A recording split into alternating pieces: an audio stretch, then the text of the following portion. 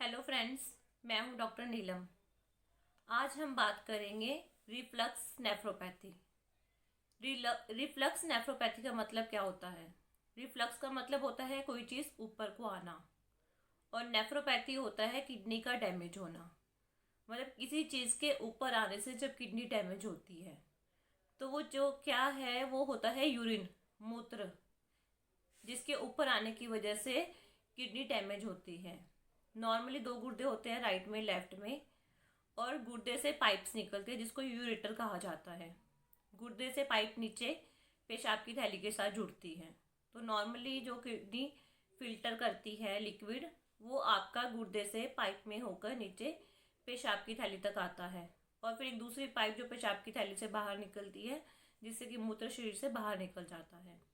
Normal ये process होता है। लेकिन अगर किसी कारण से पेशाब की थैली में जो पेशाब इकट्ठा होता है वो शरीर से बाहर निकलने की जगह वापस ऊपर पेशाब की नली में या फिर गुर्दे में जाता है, तो उसकी वजह से जो पेशाब की नली की जो लेयर होती है अंदर वाली, और किडनी की जो लेयर होती है, वो डैमेज हो जाती है। क्यों? क्योंकि यूरिन जो है उसमें आपको पता है वेस्ट प्रोडक्ट्स होते हैं, टॉक्सिन्स होते हैं, बैक्टीरिया होता है। ऐसा प्रोडक्ट उसमें होते हैं जो हमारे शरीर के लिए हार्मफुल होते हैं। जब वो लंबे समय तक पेशाब की नली में इकट्ठा होना शुरू हो जाता है या किडनी में इकट्ठा होना शुरू हो जाता है, तो उसकी वजह से लेयर धीरे धीरे करके डैमेज होने लग जाती है। एक लेवल तक तो किडनी उसको रिपेयर करती है, पर लंबे समय तक ऐसा होने से आपकी जो है किडनी खराब होना शुरू हो जाती है, और इसी की वजह से क्रॉनिक किडनी डिसीज या फिर जो किडनी है वो आपकी फेलियर की तरफ चली जाती है। तो इसमें जो सबसे कॉमन रीज़न है वो है VUR, vesico ureteric reflux. Vesico मतलब होता है आपका ब्लैडर, यूरिनरी ब्लैडर, पेशाब की थैली। और यूरेटर जो है पाइप्स को कहा जाता है, जो किडनी से आपकी और नीचे पेशाब की थैली तक आती हैं। और रिफ्लक्स का मतलब वापस आना। तो जो पेशाब आपका गुर्दे से फिल्टर होकर नीचे पाइप से पेशाब की थैली में आता है, तो जो आपकी पाइप और पेशाब की थैली की जो ओपनिंग होती है, जहाँ जुड़ती है, वहाँ वॉल्व्स लगे होते हैं। वॉल्व जो एक दरवाजे का काम करते हैं। जब पेशाब आता है तो ये वॉल्व खुलते हैं, और पेशाब जब शरीर से बाहर निकलता है तो ये वॉल्व बंद हो जाते हैं, जिसकी वजह से पेशाब ऊपर को पेशाब की नली में नहीं जाता। लेकिन किसी कारण से ये वॉल्व की या तो ग्रोथ पूरी से अच्छे से नहीं होती, वॉल्व छोटा होता है, जिसकी वजह से थोड़ा थोड़ा पेशाब जो है वापस ऊपर को जाता है। या फिर किसी में ऐसा होता है कि ज़्यादा ब्लॉक होता है।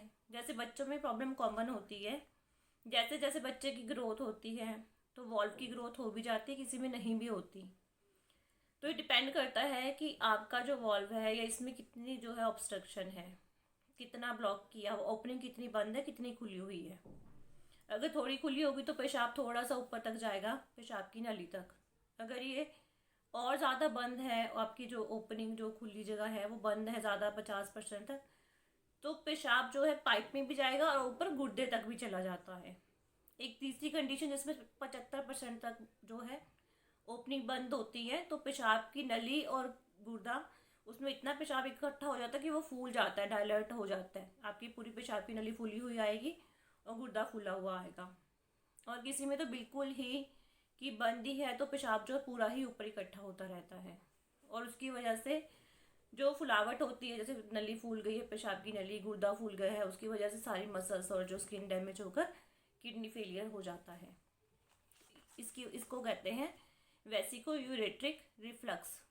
मतलब पेशाब की नली और पेशाब की थैली जहाँ दोनों जुड़ते हैं, वहाँ का जो दरवाजे हैं वो ख़राब होते हैं, वॉल्व्स ख़राब होते हैं, जिसकी वजह से पेशाब नीचे नहीं, वापस जब आपका जो पेशाब की थैली कॉन्ट्रैक्ट होती है, सिकुड़ती है, पेशाब बाहर निकलने की जगह वापस ऊपर चला जाता है। VUR, वेसिको यूरेट्रल रिफ्लक्स, ये जो होता है कॉमनली बच्चों में होता है। 1 से 5 साल के बच्चों में ये बहुत कॉमन प्रॉब्लम है। जैसे जैसे बच्चा बड़ा होता है, आपकी किडनीज की जो यूरेटर है, ब्लैडर है, इनकी ग्रोथ होती है, तो मोस्टली केसेस में जो है ये रिकवर हो जाती है, प्रॉब्लम ठीक हो जाती है। जैसे जैसे किडनी की ग्रोथ होती है, पेशाब की नली की ग्रोथ होती है, ये प्रॉब्लम जैसे जैसे बच्चे बड़े होते हैं ठीक हो जाते हैं। लेकिन जो आपका बार बार जो पेशाब ऊपर इकट्ठा हुआ है, गुर्दे तक गया है, लेकिन उसकी वजह से जो है निशान जो है वो हमेशा रह जाते हैं, स्कार। क्योंकि बार बार वो पेशाब ऊपर गया, उसने आपकी स्किन को ख़राब किया, उसकी वजह से किडनी, हमारी बॉडी ने उसको रिपेयर किया, तो स्कार जैसे हमारी चोट लगती है उसके बाद आपने देखा निशान पड़ जाते हैं, तो उसी तरह गुर्दे और पेशाब की नली के ऊपर स्कार पड़ जाते हैं, निशान पड़ जाते हैं।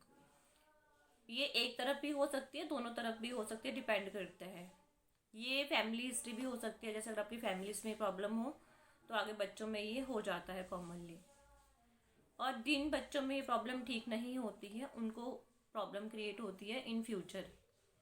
दूसरा इसमें जो रहता है, क्योंकि पेशाब जो है पेशाब की नली में और गुर्दे में इकट्ठा होता है, क्योंकि वेस्ट प्रोडक्ट होता है, इसमें बैक्टीरिया होता है, तो इन्फेक्शन जो है बड़ी जल्दी हो जाता है। यूटीआई इन्फेक्शन बहुत जल्दी हो जाता है, क्योंकि इसमें बैक्टीरिया प्रेजेंट होते हैं और टॉक्सिन्स होते हैं। तो बच्चों में जो है ये बहुत कॉमन है। और जैसे जैसे जब आप बड़े होते हैं, क्योंकि इसके लक्षण आना ज़रूरी नहीं कि लक्षण सबको ही आते हैं। अगर 25% ब्लॉक ऑब्स्ट्रक्ट है आपकी ओपनिंग या 50%, तो लक्षण नहीं आते हैं।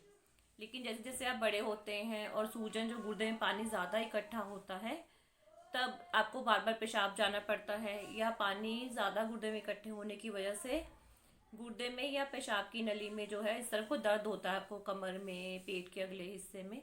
फिर आप अल्ट्रासाउंड करवाते हैं या सीटी स्कैन करवाते हैं, तो इसमें ये जो सूजन है गुर्दे की, ये साफ साफ उसमें आ जाती है। इसके अलावा और भी कारण होते हैं जिसकी वजह से जो है पेशाब ऊपर को जाता है।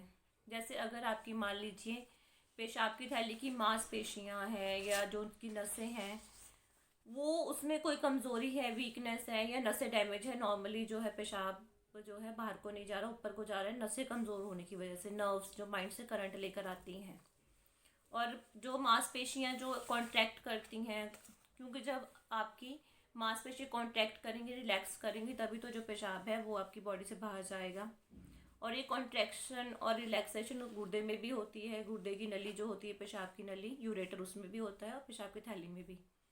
लेकिन ये बार बार जो है पेशाब इकट्ठा होने की वजह से ये जो है कॉन्ट्रैक्शन और रिलैक्सेशन की कैपेसिटी जो है मसल्स की, वो धीरे धीरे करके कम होकर ख़त्म हो जाती है।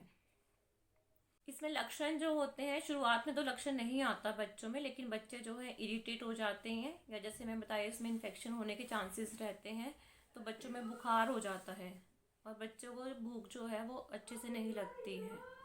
अब जैसे जैसे बच्चे बड़े होते हैं, उनमें क्या है कि पेशाब एक बार में खुल के नहीं आता, थोड़ा थोड़ा करके थोड़ी देर के बाद आता है। किसी बच्चों को पेशाब करते हुए जलन होती है, या पेशाब में स्मेल बहुत आती है, या पेशाब का कलर थोड़ा चेंज होता है, क्योंकि वो इकट्ठा होने की वजह से उसमें बैक्टीरिया जो है वो ग्रोथ हो जाती है। पस सेल्स होते हैं किसी में, अगर इन्फेक्शन हो जाए ज़्यादा तो पस सेल्स भी आते हैं पेशाब में।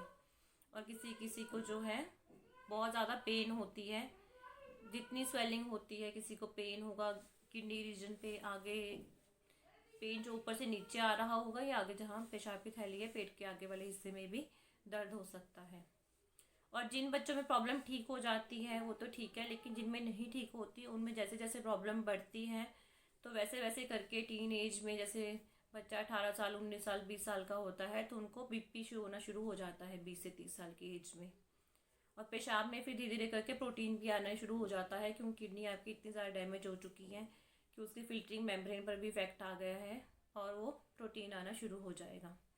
और लंबे समय तक अगर आपको पता है कि पेशाब पड़ा ही रहेगा पेशाब की नली में, गुर्दों में, तो वहाँ पे पस बनना शुरू हो जाती हैं।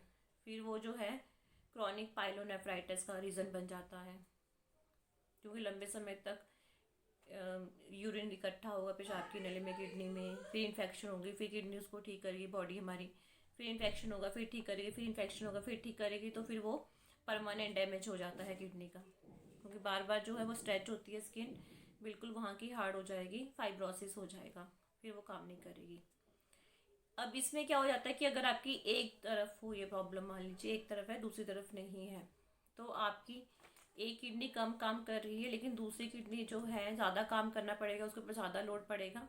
तो अगर आप अल्ट्रासाउंड करवाते हैं, कोई सीटी स्कैन करवाते हैं, तो एक गुर्दे में तो पानी भरा हुआ आएगा, चलो वो साफ साफ पता चल जाता है, फूली हुई किडनी आती है, जो पेशाब की नली है वो भी फूली हुई आती है, यूरेटर। इसको हाइड्रोनेफ्रोसिस भी कहते हैं, अगर आपका गुर्दा सूजा हो, या हाइड्रो यूरेटर अगर पेशाब की नली आपकी फूली हुई हो। पर दूसरे गुर्दे को काम ज़्यादा करना पड़ेगा, इसलिए उसकी हाइपरट्रॉफी होगी, गुर्दे का थोड़ा साइज़ बढ़ा हुआ आएगा दूसरे का भी, लेकिन उसमें स्वेलिंग नहीं होगी। लेकिन ओवरलोड की वजह से, ज़्यादा काम करने की वजह से जो है उसकी हाइपरट्रॉफी हो जाएगी। अब इसमें टेस्ट मैंने बता दिया कि अल्ट्रासाउंड है, सीटी स्कैन है, एमआरआई है, सिस्टोग्राफी है, आईवीयू है, इंट्रावीनस पाइलोग्राफी है, यूरोग्राफी है। तो ये सारे टेस्ट जो हैं क्लियरली बता देते हैं क्या प्रॉब्लम है। यूरिन टेस्ट भी आप करवा सकते हैं, यूरिन कल्चर करवा सकते हैं इन्फेक्शन के लिए।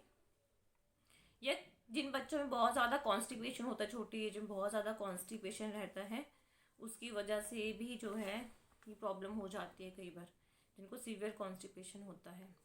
अगर आप इसको ठीक कर लेते हैं, क्योर कर लेते हैं स्टार्टिंग में तो ठीक है, अदरवाइज बाद में जो है फिर क्रॉनिक पाइलोनेफ्राइटिस हो जाता है और क्रॉनिक किडनी डिसीज़ जो है उसमें कन्वर्ट हो जाता है। इसको आप इजीली ठीक कर सकते हैं, ये 101% क्योरेबल होता है, ऐसा कोई नहीं है कि प्रॉब्लम नहीं ठीक हो सकती है। डाइट को चेंज करके, लाइफस्टाइल को चेंज करके आप इसको बिल्कुल रिकवर कर सकते हैं ट्रीटमेंट के साथ। तो ये था आज के लिए reflux nephropathy, vesico ureteric reflux.